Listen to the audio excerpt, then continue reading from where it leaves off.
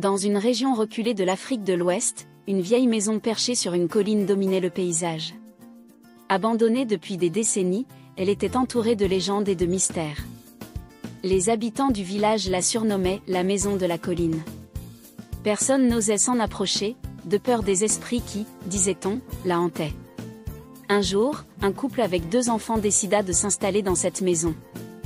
John, un écrivain américain, et sa femme Aminatou, une Africaine, cherchaient un endroit tranquille pour échapper à l'agitation de la ville et se concentrer sur leur projet.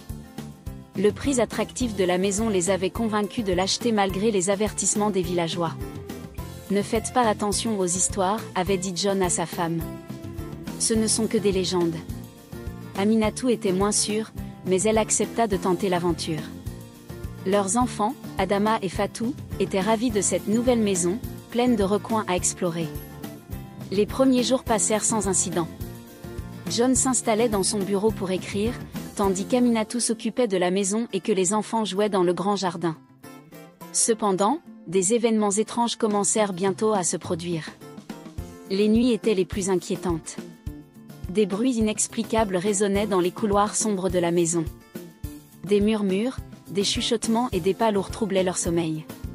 Aminatou ressentait une présence invisible qui l'observait, et Adama et Fatou disaient voir des ombres bouger dans les coins de leur chambre. « Ce n'est rien, juste notre imagination », tentait de les rassurer John. Mais lui-même commençait à douter. Aminatou décida d'en savoir plus sur l'histoire de la maison. Elle rendit visite à Awa Kumba, la doyenne du village, connue pour sa sagesse et ses connaissances sur les anciennes légendes. La maison de la colline était autrefois habitée par une famille riche, raconta Awa Kumba. Mais une tragédie s'est abattue sur eux. Le père, en proie à la folie, a tué toute sa famille avant de se donner la mort. Depuis, leurs âmes errent sans repos. Aminatou frissonna. Elle réalisa qu'il devait faire quelque chose pour apaiser ces esprits tourmentés. Les jours suivants, les manifestations paranormales s'intensifièrent. Les objets changeaient de place, les portes claquaient sans raison, et des cris déchirants résonnaient dans la nuit. La famille était terrifiée, mais John refusait de quitter la maison. « Nous devons comprendre ce qui se passe », insistait-il. Un soir, alors que John écrivait tard dans son bureau, il entendit des pleurs venant de la chambre des enfants.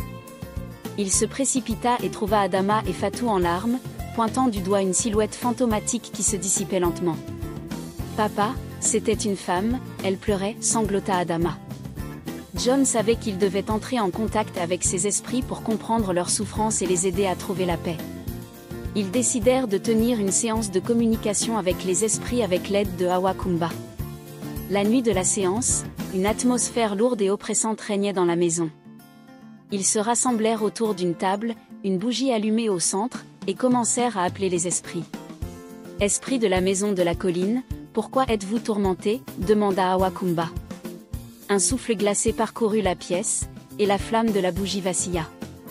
Une voix faible mais claire se fit entendre. « Nous sommes piégés ici à cause de nos souffrances. Notre père nous a pris la vie, et nous ne trouvons pas le repos. » Aminatou sentit une grande tristesse l'envahir. « Comment pouvons-nous vous aider ?» demanda-t-elle avec compassion. « Laissez-nous raconter notre histoire. Comprenez notre douleur, et priez pour notre repos. » Les jours suivants, John et Aminatou se consacrèrent à écouter les histoires des esprits. Ils apprirent que le père, Emern Komgo, avait été un homme bon mais tourmenté par des voix qui lui ordonnaient de commettre des actes horribles. La mère, Madame Komgo, avait tenté de protéger ses enfants, mais elle n'avait pas pu empêcher la tragédie. Chaque soir, la famille écoutait les récits des esprits, et peu à peu, la maison semblait s'apaiser. Les murmures devenaient moins fréquents, et les bruits disparaissaient. Avec l'aide de Awa Kumba, la famille organisa une cérémonie de purification. Ils allumèrent des bougies, brûlèrent de l'encens et prièrent pour le repos des âmes tourmentées. Aminatou, avec sa voix douce et réconfortante, implora les esprits de trouver la paix. « Esprits de la maison de la colline, nous comprenons votre douleur. Que votre souffrance soit apaisée, et que vous trouviez le repos éternel. » Une brise légère traversa la maison, et une sensation de calme envahit les lieux. Les esprits semblaient enfin apaisés. Après la cérémonie, la maison de la colline retrouva sa tranquillité. Les bruits et les manifestations cessèrent, et la famille pouvait enfin vivre en paix. John retrouva son inspiration et écrivit un livre sur l'histoire de la maison et des esprits qui l'avaient hanté. Le livre, intitulé « La maison de la colline », devint un best-seller, et John utilisa une partie des revenus pour aider à restaurer le village. Aminatou, quant à elle, devint une figure respectée et aimée, connue pour sa sagesse et son courage.